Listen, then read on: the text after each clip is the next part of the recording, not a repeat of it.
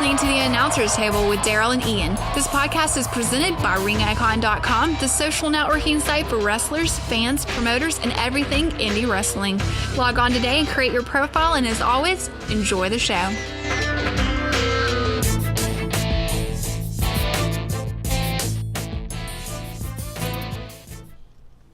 Hey guys, it is Ian. And I'm Daryl. And this is The Announcer's Table, presented by RingIcon.com. And today is Wednesday. Yep. So what's Wednesday mean, Daryl? Hump day! That it is, but it's also Interview Wednesday. Oh, that's right. Interview Wednesday. Yes. I always forget. So today we have an interview going on. So we have Larry Cooter on today. Absolutely. So Larry, thank you for joining us on the Announcer's Table today. Y'all are welcome. Well, we just want to get to know you, let our fans get to know you, and find out where they can see you at and things like that. So, how long have you been in the wrestling business? About 9.5 years. All right, so 9.5 years. Have you always been a wrestler, or did you start out as a referee or anything like that? I read very little, but that was just part of paying the dues, which is almost a fine art form in this business today. Yeah, that's how I started out when I was wrestling. I started out as a referee and then kind of built my way into wrestling. So, and then now I do announcing. But well, that's good to hear. Well, who was you trained by?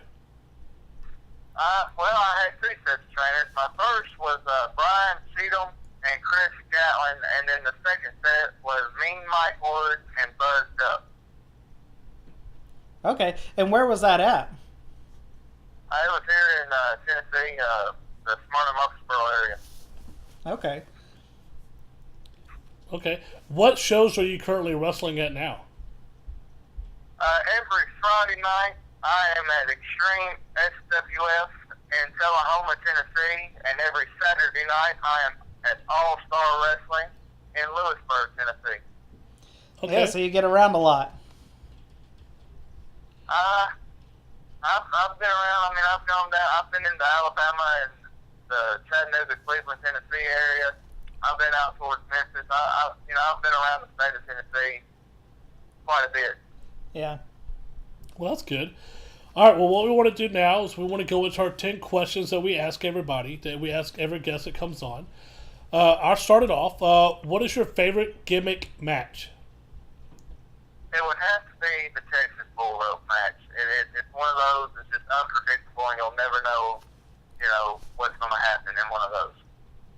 Yeah, definitely. And it's quite painful as a worker. Yes, it is. So, well, if you could wrestle anybody, living or dead, who would you want that to be? It would have to be hands down the American Dream, Dusty Rhodes. Oh yeah. Yeah, that'd be cool. Watching him in the past is always amazing, and I'm glad WWE right now. I don't know if you watch much of the WWE right now, but they're kind of doing a whole Rhodes feud with the McMahons, which is kind of entertaining. Yeah. So I got to see Dusty wrestle live in person before wrestling blew all up. It was right. At Center Stage in Atlanta, Georgia, back before WCW started becoming really WCW. It was still right. It was WCW, but it's just kind of merged from NWA. So right. All right. Now, who was your favorite wrestler? Probably Well, Dusty. just because of his methodical ways, it would have to be Jake the Snake Roberts. Okay. I know not a lot of people probably would think him, but just the way he done his interviews and the way he worked in the ring, it made sense. Yeah, and he presented himself the way nobody else did in that day. I agree. I mean, he was definitely a unique character to entertain the fans back in the day, and even still today. I mean, he's going to be. Oh, yeah. I believe he's going to be here in Georgia for the Superstars of Wrestling Fan Fest in November. So. I'm glad to see he got cleaned up. DDP helped him. He got cleaned up, and he's out making his rounds again. Definitely. Well, do you have a favorite wrestling moment? Either of your own or of in the pros. This is one of the harder questions. I mean, I don't necessarily have a favorite moment in my career. If I had to pick one from the pros, it'd probably have to be the Iron Man match between Shawn Michaels and Bret Hart. Oh, absolutely. Well, anytime Bret Hart and Shawn Michaels got in the ring together, it was a phenomenal match. But Yeah. I mean, that one just takes the cake for top of theirs. So. Oh yeah, it's one of those. When it happened, I'm 28 now, so I was very young when it happened, and I actually got to watch it live. So for that moment to stand out, Yeah. it says something. Yeah, definitely. So. Oh, absolutely. Now, all right. So you don't really have a personal favorite wrestling moment, but what do you have a most embarrassing wrestling moment that's happened to you? Well, back in 06, 07, well, mainly 05, 06, I had to tag with somebody, and just it was kind of against my will, and just everybody says the cliche of everybody's got a Marty. Shawn Michaels, the whole wrist there, and mine would have to be tagging with the New York Gangster. Oh yeah. Yeah, it's one of them deals. He even though we were baby faces, he still got a lot of heat with other promotions, and it almost went over on me, and I tried to stay away from it, and he just kept on. Yeah. Well, sometimes you just have to do things. So. Oh yeah. Well, do you have a favorite finisher or a favorite wrestling move that you like to do? I just saw you do like a, I don't know, you took it from a suplex into. We've got a video playing behind us of you wrestling, and you did a pretty crazy move. So I mean, I just know that you're very technical. Do you have any favorite finishers or wrestling moves that you like to do? Well, one of my finishers, I call it the gear jammer, while giving the guy a couple knee shots to the head, step over with his arms between my legs, and then kind of go up like a bulldog driver. Kind of looks like what Matt Taven does in ROH, but I did, put my own twist on it with the knees and doing it a little different than his. But other than that, me and my tag partner right now, third generation superstar John Wayne Murdoch, we brought back the lariat as a finish. I love the lariat. So, We talked about that a couple of weeks ago. Yeah. yeah, so I mean, we're using that in the double team finish, and it gets over. I'm just glad to see old school wrestling still gets over today, even with your Ring of Honors and your PWGs and all that with the strong style. Yeah. Well, you definitely, I mean, watching some of your wrestling right now, you have some, I mean, I saw your high knees, and those were really nice, and your punches are really good. So, I mean, you definitely have the strong ability. Oh, absolutely. So. Now, what is your favorite champion of all time? And it doesn't have to be heavyweight. It could be cruiserweight, tag team. It could be professional, independent. Any champion besides yourself. Who's your favorite champion? That would have to be none other than Kurt Hennig. All right. So, yes, he was the Intercontinental, but he was the AWA World Heavyweight Champion when he beat Boswinkle. He stands the test of time. Yeah. Oh, absolutely. We definitely agree with that. So, well, do you have anybody that you consider overrated or underrated in the business? Overrated, I'm gonna go with John Cena. We get that a lot.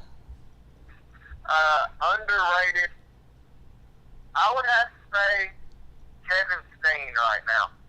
everybody else is getting looked at from Ring of Honor, PWC, getting those, developmental, and since Kevin Steen's fat, they don't want it. Yeah, I don't. Yeah, Kevin Steen is one of my favorite wrestlers. He actually does my favorite move, the package pile driver, which is phenomenal.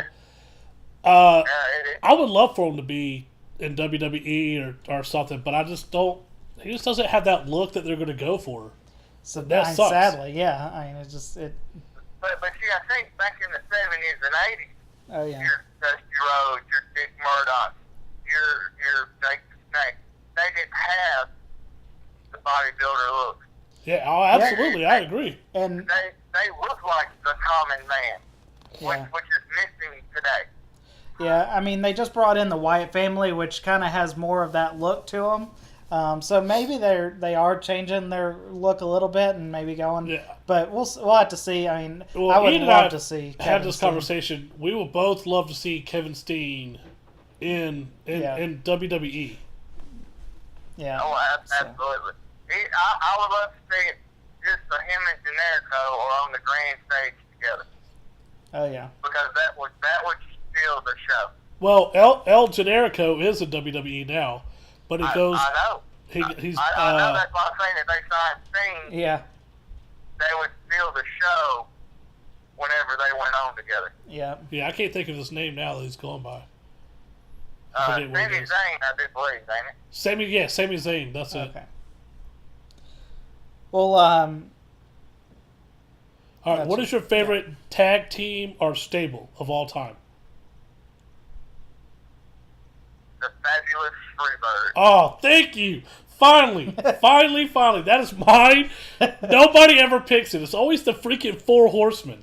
Not that the Four Horsemen are bad, but I like the Freebirds. Being a country boy myself, why wouldn't I cheer for the Freebirds? Oh, absolutely. God. Finally, Ian. Yeah. Finally. You got your wish, Daryl. I knew one day somebody we interviewed was going to say the Freebirds. And it finally happened. Yeah. Well, do you have a favorite catchphrase or even of your own or even that you've heard? Well, it has to be one from the Hot Rod. Just when you think you've got all the answers, I change the question. Yep. Yeah. Oh, yeah. All right, well, that wraps up our 10 questions. Now, I know you got a show going on this Friday, the 18th. Let's talk about that show a little bit. It's a fundraiser for the Mount Pleasant High School Band. The name of the show is Tiger Turmoil. It will be at the Mount Pleasant Community Center. And come out. It's for a good cause. It's helping the school get new instruments for their band. Just trying to raise money and help the local community out. Yeah, that's great. We see a lot of charity events, and that's one thing that I don't think a lot of people outside of the wrestling business know or see is that the independent scene does a lot of charity events, and that's always great. So now I know this is going to air. It's on the 16th, but I'm actually doing a benefit show on the 13th for the hardcore icon Dipsy Joe. He's had his right leg amputated. Oh, wow. We're just trying to help him raise money to help pay the medical bills. He's in his 80s. He's been doing this 30 plus years most likely. And I've been sitting in a locker room with him, and after all this has happened, and Necro Butcher calls to talk to him. And that speaks volumes where he's got these guys that people know from today calling to check on him. Yeah. And I do believe the Barbarian will actually be at this benefit show as well. That's great. Anything we can, the independent scene can do to help people out is great. So, if you want, you can definitely share that flyer or any of that information you want on our Ring Icon page and let people know about it. Yeah, we'll definitely share it as well. Yeah. Most definitely. I can tag y'all in it here. Yeah, that sounds great. Well, I've seen a lot of benefit shows coming up here lately. Yeah. You know, a lot of, and that's what, I know independent wrestling and wrestling in general, a lot of times gets a bad rap. But you know what? When it comes to like charity stuff like that, you always see independent wrestling doing some kind of benefit show, some kind of charity show, some kind of something, you know. And so I'm like, you know, we do great stuff, you know. So I'm excited. Oh yeah, well, I mean, a few weeks ago, I done a big benefit show and Tracy Smothers was there. So you know, all these big names coming back and helping out guys they used to work with and helping out. It speaks volumes of them. Yeah. And just Tracy's a great guy to be around.